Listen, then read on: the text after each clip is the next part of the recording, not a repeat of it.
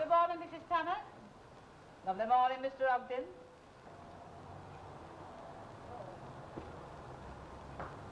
Look, I'm telling you, it might be a bottom of cut now, for all we know. Oh, I doubt that, Mrs. Ogden. I think Gretna's far more likely. What do you mean by that? Now, don't talk so daft, Annie. He was only giving you a driving lesson. Oh, ostensibly.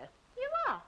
No, all I'm saying, dear, is that the driving lesson was the apparent reason for them going out into the moonlight together.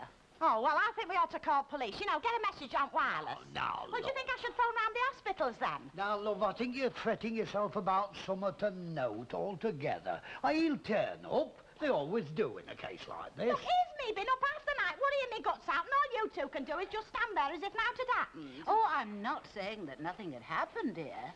All I'm saying is that it's no concern of the police. Annie? Yes, Eddie? Don't start that again. Stop what, love? I've not forgotten how you carried on when you thought I was carrying on with Elsie Tanner, and you were wrong then, the same as you're wrong now. Oh, yes, well, time will tell. Paper. What's that, love? Well, we ought to get morning papers. If anything's happened to him, it'll be on front page. Love, if anything had happened, if there'd been an accident or out like that, you'd have known by now. The police send round straight away.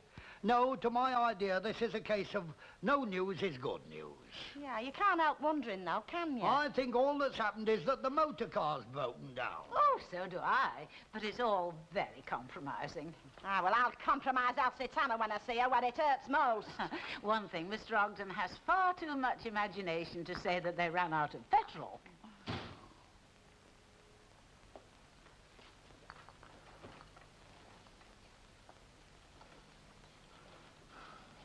Ran out of petrol. Oh, really, Mr. Ogden? What did happen, Stan? It was a right to do, you see. We got out in the moors, you know, between Blackburn and Darren. Oh, yes. We were bowling along nicely, you know, and suddenly we ground to an old... The petrol gauge was wrong, you know. It was showing half full, but flipping tank were bone dry. And couldn't you have got some more? We're miles from anywhere. How convenient. And we did a daft thing. Oh, what was that? Stanley Ogden, will you tell me just what you was doing out all night with Elsie Tanner? You won't believe me if I Never tell you. mind that. You just tell me and we'll see if I believe you or not. We played chuckstones. Chuckstones? Chuckstones? Chuckstones? Aye. It were quite fun, too. I'm sure it was. Number 3, is it? That's right. It's okay, isn't it? Hey, Nice house, houses. you are? I'm saying it, it's not a bad old place, is it? No, very nice. It's all mine.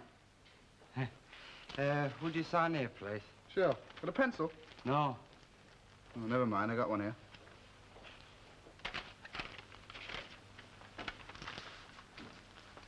It's not easy writing on these, is it? You are? I'm saying it's... Oh, never mind, they are. Signed, sealed, delivered. Thanks very much. Right, thanks. Ta-ra, then. Ta-da.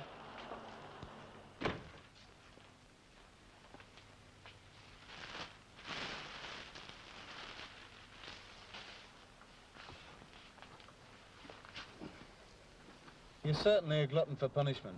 What do you mean? You get back 7:30 after being all night in the thing, and here you are, 10:30, coming back for more.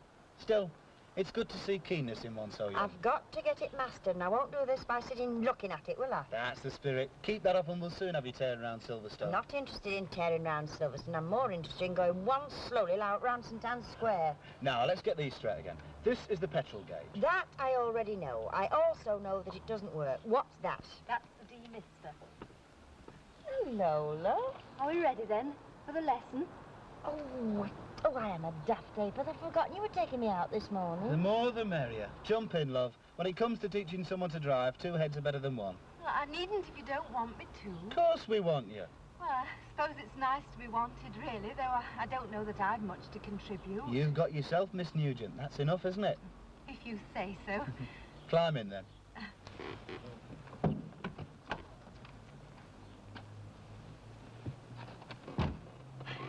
Very luxurious, really, isn't it? Oh, nothing but the best for Elsie. Drive on, please. Very well. Where to, madam? Never mind where. Just keep on the straight and narrow. Me, love? Ha-ha! That'll be the day.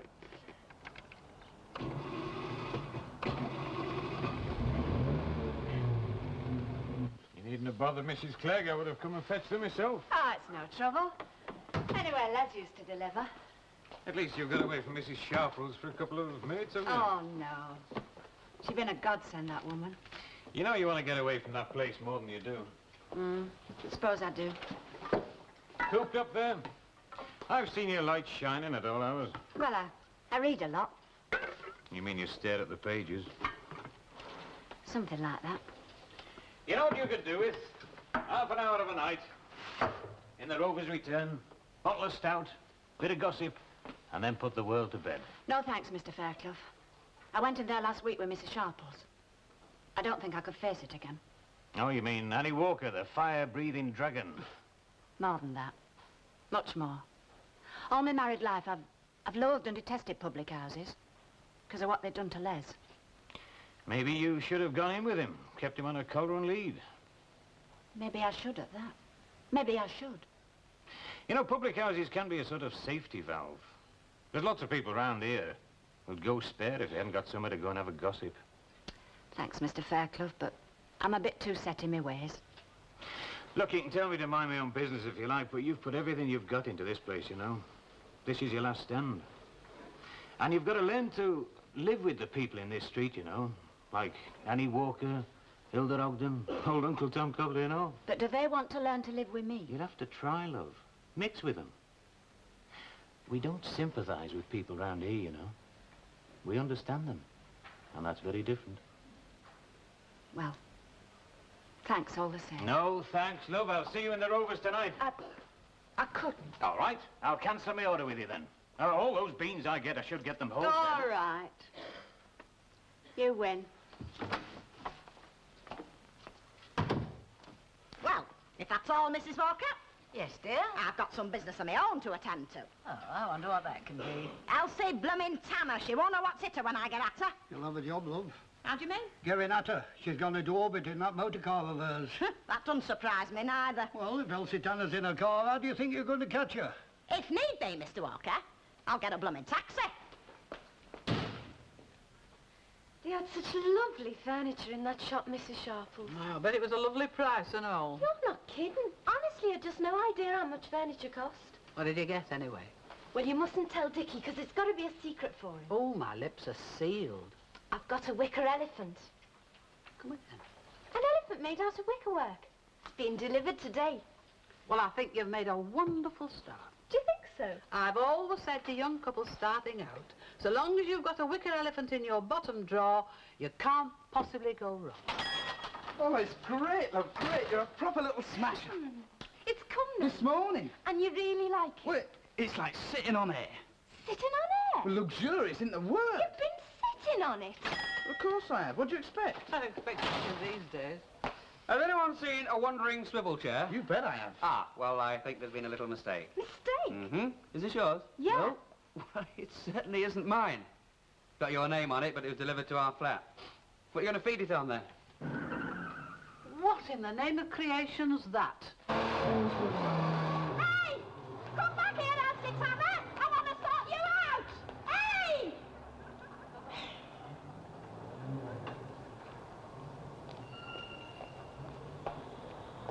What was that all about? You'll find out soon enough. You'll probably find out now if you're lucky. She'll be back. She'll be back, and when she is, I'll wrap her flaming heap of junk right round her flaming neck.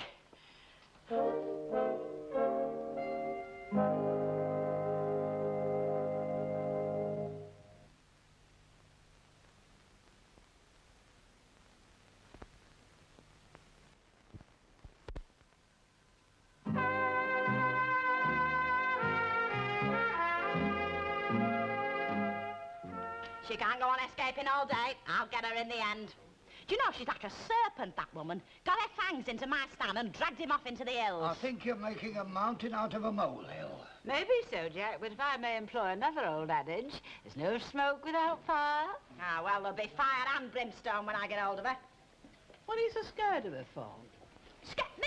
Who am I supposed to be scared of? Oh, plain as the nose on your face, all that Dutch courage. What? Dutch courage? I don't need no Dutch courage. Give us another, will you, Mrs. Walker? It doesn't look like it. No, it's just that I'm, What? Yes? Thirsty.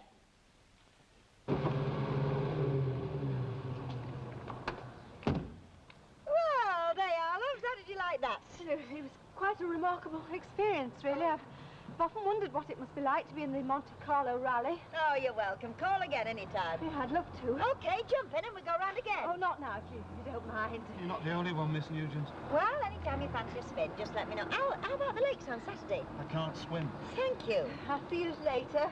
Yeah, ta-ra. Oh, and Gary, I really think it might be better if you taught Mrs. Tanner how to drive. I think having two mentors might confuse her. You know so much. What? There's no mystery to this driving, really. I mean, there's nothing to it, is there, when you think about it? No, it's all in the stars. So I might as well apply for it now. Apply? What for? For me driving test. If I did as well as I did today, there's no point in hanging about, is there? What are you doing? What do you think I'm doing? If I'm going in for my test next week, I want some practice, don't I? If you're taking your test next week, I'm leaving the country. Just a minute, Oh. I do think you've had enough for lunchtime, Mrs. Ogden. I've had enough of Elsie Tanner. Large whiskey, please, Mr. Walker. Whiskey? That's right. What's wrong with the beer all of a sudden? It doesn't suit the occasion. Oh. You look as if you've seen a ghost, lad. I nearly did. My own. What on earth's the matter? Honest, I'd rather go over Niagara Falls without a barrel than go through that lot again. What's all this about, lad? She drives like a maniac. You know, we nearly took Salford Town Hall with us first time round. Is this Mrs. Elsie Tanner? That's right, yeah. Oh, I want to see her. You're welcome to her. All she does is just sit there with a great smile across her face. Right. We'll just have to wipe it off for her, won't we? What's all that mean? Well, it means, if my surmise is correct, that we are about to witness something not far removed from the gunfight at OK Corral. Elsie Tanner! I've got something to say to you. What was that, love? What was you doing all night with my Stan? You better ask Stan that, I'm asking you. You had it all worked out in your wicked scheming little mind, hadn't you? Mrs. Ogden, I don't Take want me you for a drive, Stanley, you said. Then you go and fix your car so as you can get your clothes into him. I know your sort. Your Stan could have very easily come home, Mrs. Ogden, if he'd wanted to. If it... Are you suggesting that my Stan... Oh, there's a word for people like you. You never have been able to keep a fella all to yourself, have you? So you get your own back by trying to pinch everybody else's. Well, I'll tell you one thing, madam, you're not having mine. Would you mind repeating that again? Elsie. Shut up, you. Just repeat that again. I don't boil my cabbages twice. Not unless you're going deaf in your old age. I might be old, Mrs. Ogden, but I'm not that old I have to scrape the bottom of the barrel. And what do you mean by that? That I have to go chasing after great lumps of lard like your husband. What's wrong with my husband? You've got eyes, haven't you? If he's good enough for me, he's good enough for you. Ah, but just one thing, Mrs. Ogden. I happen to have a bit better taste than you have. Oh, have you? Well, at least I've had the taste to stick with one man and not go chasing after every other fella from here to Kingdom Come. I should think the reason for that is obvious. What's that? Has any other fella ever looked twice at you?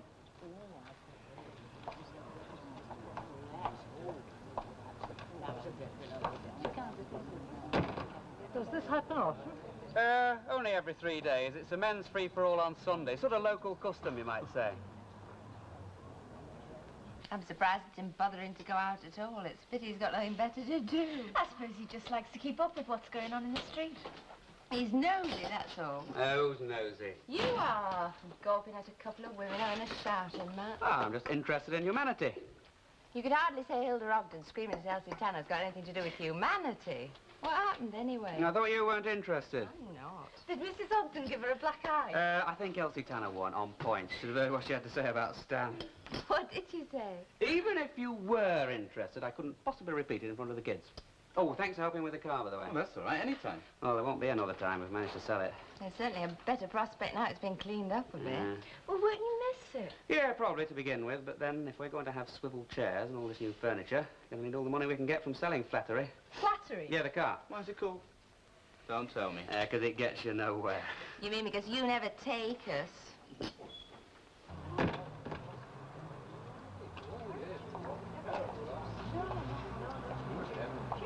I don't know what you lot are hanging about for. The show's over for today, unless you'd like me to go round with the act.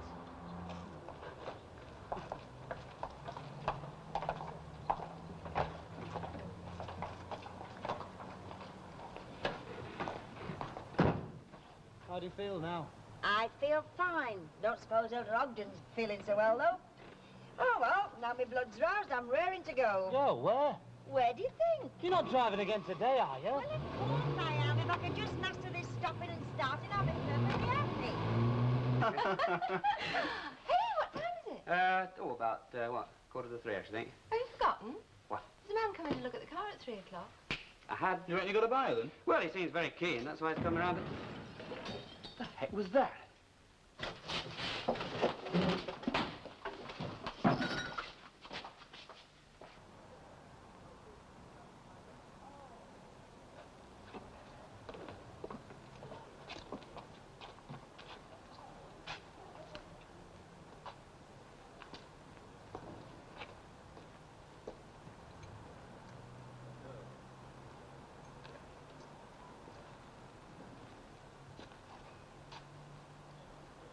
What time do you say that bloke was coming to look at the car?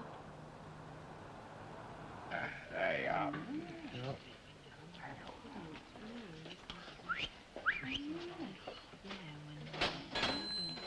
It wasn't what you'd call a major crash, but it's a bit annoying for them. What happened to Ken's car? Well, the back bumper and the boot were pushed in a bit, but unfortunately the Barlows had someone coming to buy it. You know, really, that car has caused more altercation in this street than anything else for years. Well, they are a big responsibility. Of course they are, dear, and I'm always saying to Jack... Yes, love? ...that irresponsible people should never... Oh, how very nice to see you in here again, dear. Oh, no, I just... Came in for a little celebration, that's all. A celebration, how nice. Yeah, me moving into Coronation Street. Of course. And welcome officially to Coronation Street, Councillor Clarke. Well, I think this calls for a drink. On me. What will you have, Mrs. Clegg? Oh, just a lemonade, Oh, please. go on, love. Have something a bit stronger. A drop of gin. Lady said lemonade, Jack, and that's what she meant. Righty-o. And a pint for you, Councillor? Right, first time, Mrs. Walker. Not lemonade, of course. There you are, dear. Well, if it does you no good, it'll do you no harm, love. No, I don't suppose it will. Cheers, love. There you All are. the best. And may you soon feel at home in your new surroundings. Ah, there's plenty of good street entertainment, like this afternoon. Aye, what time's the bullfight start? Good evening, Mrs. Tanner. Gin and tonic, please. Gin and Yes, tonic. of course. Excuse me. What exactly did happen this afternoon? Well, I'd rather not go into it now, if you don't mind. It's not quite a convenient time. Oh, I see what you mean. Bit of all right with you. Just shut up about it then, will I you? can't imagine you and Sten Ogden together, you know. Still, Still what? every man to his taste. Oh. Or woman, as the case may be. Leave it alone, will you? I can't imagine what you and Sten Ogden were doing in a car all night. Do you really want to know what Stan and I were doing all night? Yes. Playing fiveses. I've heard it called some things. If you don't believe me, I can prove it. Here, in my pocket. 1, 2, 3, 4, 5. Hey, they used to call them dibs when we were kids. No, Jack, Dobber and Kibbs I it have was heard called. it called some things, I'm not I'm joking. sorry, dear, what was it you were saying about this Mrs. Spicer, her name is. She's moved in next door to Mrs. Sharples. Oh, I don't think I've seen her. What's she like? Oh, very smart. Oh. Well, you might almost say elegant. Oh, what sort of age? Well, she must be a pensioner, but really, she doesn't look a day over 55. I liked her. Oh, well, it's to be hoped that Mrs. Sharples does if they're going to be neighbours. Well, Mrs. Sharples is easy enough to get on with, isn't she? No comment, I think the saying is. Miss Nugent, that thing about the radio. Well, what's it like living in the old Barlow cottage then? Oh, very cosy and comfortable until you and Elsie started stock car racing. Oh, boy. I believe there's a bylaw against it somewhere. I'll check anyway. Ah, we'll have to get motorbikes then. I tell you what, I'll mend your bumper for you. And that dent in the back. Will you? Thanks. Oh, thanks, then. How much?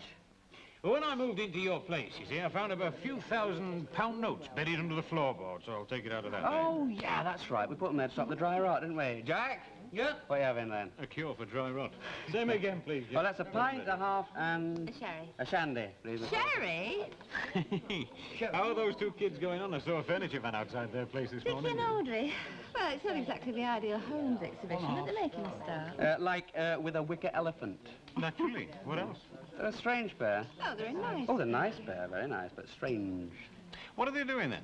Young kids making home in their spare time? Yeah, it's a sort of hobby with them, you know, like some people take up table tennis. I don't think it's any of our business. Of course it's our business. No man is an island.